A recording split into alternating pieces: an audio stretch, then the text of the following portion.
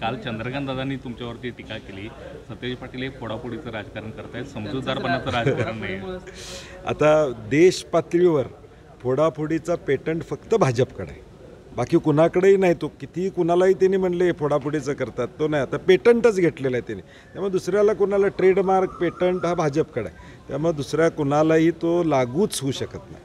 या निवडणुकीत सतेज पाटीलच का टार्गेट होतात? कारण जो तो येतोय सतेज पाटलांवरती टीका करतो. नाही ठीक आहे, आता माझ्यावर जास्त प्रेम आहे सगळ्यांचं, त्यामुळं माझ्यावर बोलत असतील, हरकत नाही. परंतु शेवटी कोल्हापूरची अस्मिता ही शाहू महाराजांच्या माध्यमातून दिल्लीत पोचणार आहे, आणि म्हणून ते वेगवेगळ्या माध्यमातून टार्गेट केलं तरी लोकांच्या मनामध्ये काँग्रेस आणि शाहू महाराज हे फिक्स झालेलं आहे. संजय मंडलिक म्हणतात की शाहू महाराजांचा हा राजहट्ट आहे, कोल्हापूरची जनता तो राजहट्ट पुरवणार नाही. नाही, कोल्हापूरच्या जनतेनं आता ठरवलेलं आहे, खासदार बदला परिस्थिती बदलेल, खासदार बदला कोल्हापूर बदलेल, हाच हट्ट कोल्हापूरच्या जनतेचा आहे. खरं तर ही शाहू महाराज असल्यामुळं ही निवडणूक वैयक्तिक पातळीवर जाणार नाही असं वाटलं होतं टीका टिप्पणीच्या ह्याच्यामध्ये, पण प्रचाराच्या पहिल्याच टप्प्यात नाही, सुरुवात त्यांच्याकडून झालेली आहे. सुरुवात आम्ही केलेली नाही, व्हॉट्सॲपच्या माध्यमातून पहिली सुरुवात ही त्यांच्याकडून त्या ठिकाणी झाली, आणि मग त्याला विरोधात आम्ही जिल्हा पोलीस प्रमुखांच्या तक्रार केली. आता शेवटी सुरुवात केली तर मग त्याला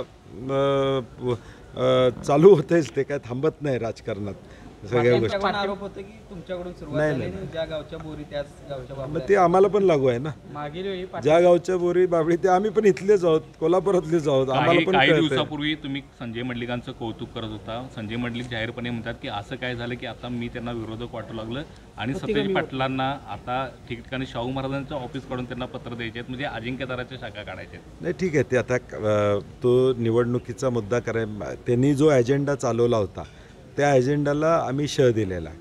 खासदारांचं महाराष्ट्रामध्ये असं कुठेही घडलं असेल मला वाटत नाही. ही पहिला उपक्रम आहे की काँग्रेस पक्षाच्या वतीनं हा राबवला जातो. खासदारांचं ऑफिस आहे प्रत्येक, तो त्यांची अकार्यक्षमता लपवायसाठी ते करतात. ते करू शकले नाहीत 5 वर्ष, म्हणून ते आता त्याच्यावर टीका करतायत.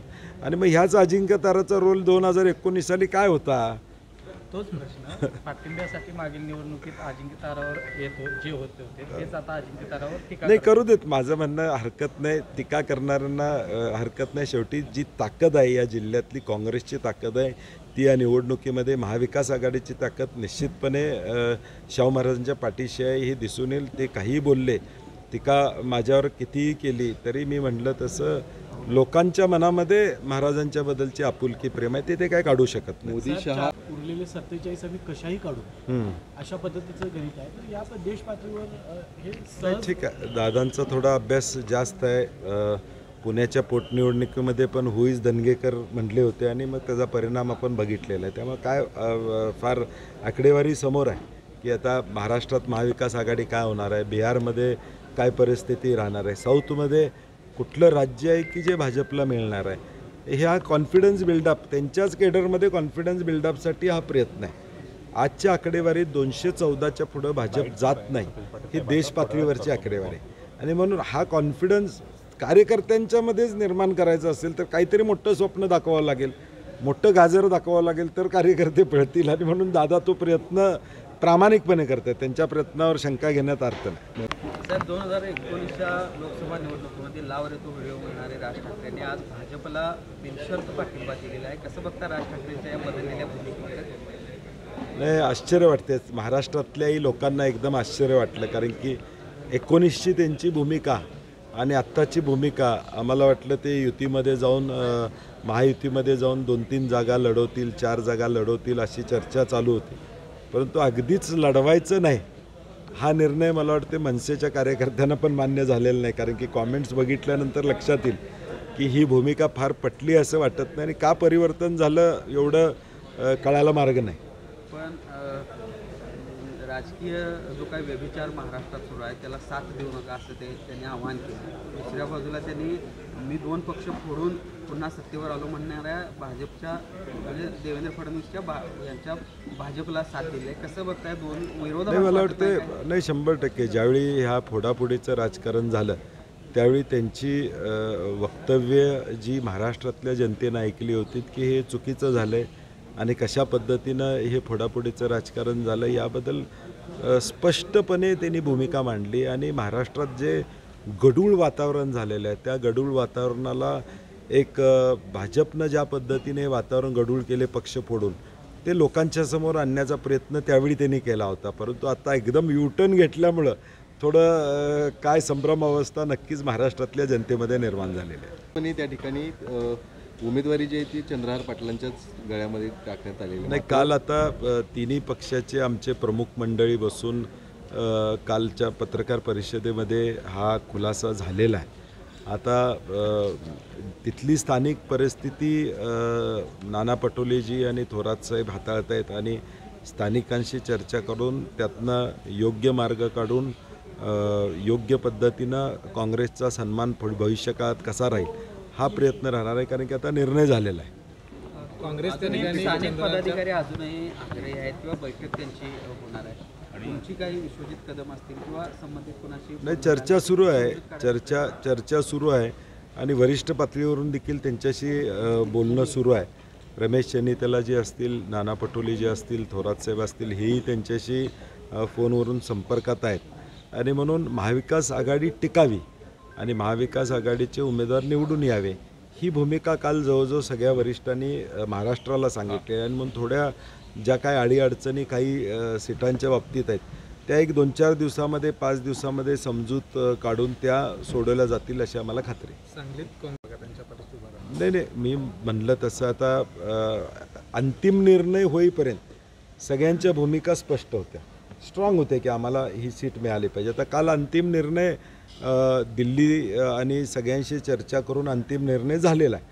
आता 48 सीटचं वाटप झालेलं आहे हे काल स्पष्ट झालेलं आहे.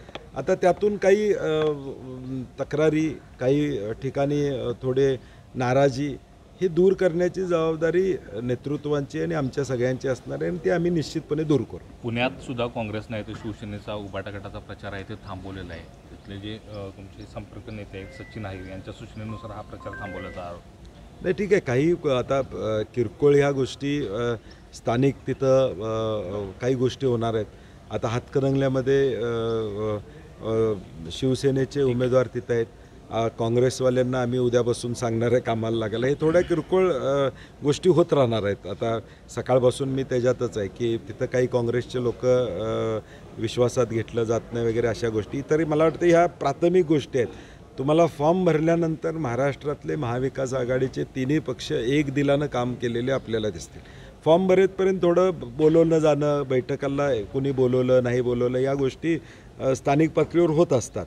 परंतु तिन्ही पक्षातल्या खालच्या कार्यकर्त्यांपासून वरच्या कार्यकर्त्यापर्यंत भाजपला थांबवणं हे एकमेव ध्येय आमचं असणार. सुप्रिया सुळे म्हणतात की जागा वाटपाचा फॉर्म्युला अगोदरच ठरला होता. मग काँग्रेसच्या जागा ज्या मागत होते त्या जागा काँग्रेसला मिळाल्या नाही, सांगली आणि इतर ठिकाणच्या. मग काँग्रेस महाविकास आघाडीमध्ये एकाकी पडले वाटते. नाही, अजिबात काँग्रेस एकाएकी पडलेलं असं मी म्हणणार नाही. ज्या चर्चा झाल्या आता महाविकास आघाडी म्हणून करताना ज्या चर्चा झाल्या त्या जाहीर बोलण्याची आवश्यकता आहे असं मला वाटत नाही. आणि म्हणून कारण नसताना असं किंवा तसं काँग्रेस एकाएकी पडलं हा म्हणणं, आता कोण टीका करत असेल तर तो भाग वेगळा, परंतु आम्ही तसं म्हणणार नाही. शेवटी विनिबिलिटी हा फॉर्म्युला त्यामध्ये होता. ठीक आहे, काही वेळा एकात दुसरं मागं पुढं होतं. आता सांगलीचं किंवा भिवंडीचं मित्रपक्षांचा आग्रहच असल्यामुळं काही गोष्टी होत्या. आणि शेवटी काँग्रेस देश पातळीवरचा पक्ष आहे. इंडिया आघाडीची सत्ता देशामध्ये येण्याचा प्रयत्न हा काँग्रेसचा पॉझिटिव्ह बाजू तुम्ही घेतली पाहिजे असं मला वाटतं. पण 17 जागावर समाधान मानावं लागतंय. त्यामुळं काँग्रेसचे राज्यातले जे नेते आहेत ते कुठेतरी कमकुवत झाले तसं टीका अशोक चव्हाण यांनी केली. नाही, आता काँग्रेस पक्षातून बाहेर गेलेल्यांच्या टीकेवर किती महत्त्व द्यायचं आहे. कारण ते सुद्धा त्या बैठकीमध्ये उपस्थित असायचे. म्हणजे अगदी शेवटच्या बैठकीपर्यंत ते उपस्थित होते ही आकडेवारी त्यांनासुद्धा माहीत आहे. मला वाटतं आता काँग्रेसला टार्गेट करून काँग्रेसच्या पाठीमागं असणाऱ्या लोकांचं मन विचलित करण्याचा प्रयत्न आहे. तसं काही होणार नाही. काँग्रेस ताकदीनं या महाराष्ट्रामध्ये उभी झालेली आणि पुढच्या काळामध्ये उभी राहिलेली आपल्याला दिसून येईल. जे धोरणं असतात ते त्यांच्या नेत्याला बोलवतात, सभा घ्यायचा प्रयत्न करतात, पण तो कोल्हापूरमध्ये त्याचा काय परिणाम होणार नाही. कोल्हापूरकरांचा निर्णय पक्का झालेला आहे आता की अकार्यक्षम मागची 5 वर्षे कोल्हापूरकरांनी बघितलेले आहेत आणि विजन विरुद्ध अकार्यक्षमता अशी ही निवडणूक आहे. साहेब, वरुण गांधींना उमेदवारी नाकारलेली आहे. वरुण गांधी दुसरा पक्ष चाचपतात अशी बातमी आहे. काँग्रेसशी काय त्याचा संपर्क आहे? नाही, मला दिल्ली स्तरावरचं मला माहिती नाही, काय माहिती घेतलेली नाही मी, त्यामुळे बोलणं संयुक्तिक ठरणार नाही.